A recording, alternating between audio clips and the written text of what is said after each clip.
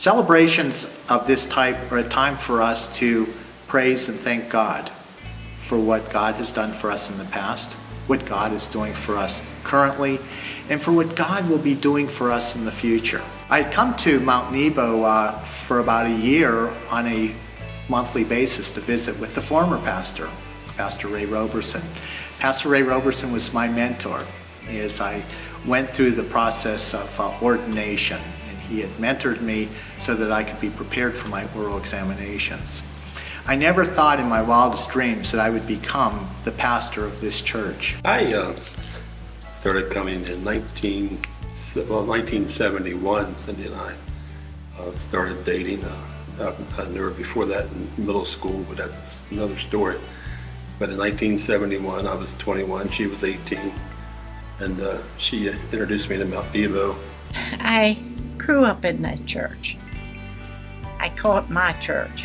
And I was born in Boonsboro, up on High Street. And we used to walk to church all the time. And I was just raised to go to church. My sisters would take me, my mother and daddy would take me. And so I was always in that church. This was my church from the time I was born. I was actually born across the street, down a little ways where Terry Hollingshead lives. I actually was born and raised in this church.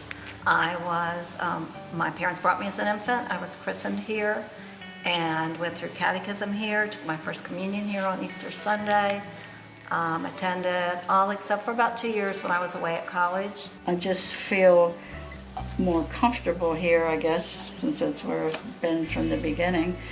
But probably everybody feels that way about their own church. But it's church family that if I don't see them like every Sunday or almost every Sunday, something's missing, for that week. Mt.Nebo is always here. It has a solid congregation. It has a solid presence in the community. I think Mt.Nebo is such a very pleasant church to belong to. We're all embracing and welcome everyone in, and I hope we can continue that tradition. Now that I've been here 4 months, and I feel that it seems so much longer than 4 months, I believe that the future for this church is to become more of a regional church, leading the way for other churches in the area, participating more in ministries that reach out to other churches, allowing those ministries to thrive and be present within our own institution, our own congregation here at Mt.Nebo. The country has been through so many things, so many changes over the years, and it's within the church often that we find reason and strength to go through the difficult times we've had. And so we have withstood it when other churches have not. I think, not only the fact that we are worshiping in the same sanctuary that was dedicated in 1868, it is the fact that we have such faithful members who continue to work here to make our church a thriving part of the community, who feel really indebted to provide community service and mission service. And we weren't afraid, just as the people in the 1920s weren't afraid to build an addition on the back of the church that included a kitchen and some Sunday school rooms almost during the middle of the Depression. And my parents' generation wasn't afraid to build a new Sunday school wing in the 1950s when they needed space.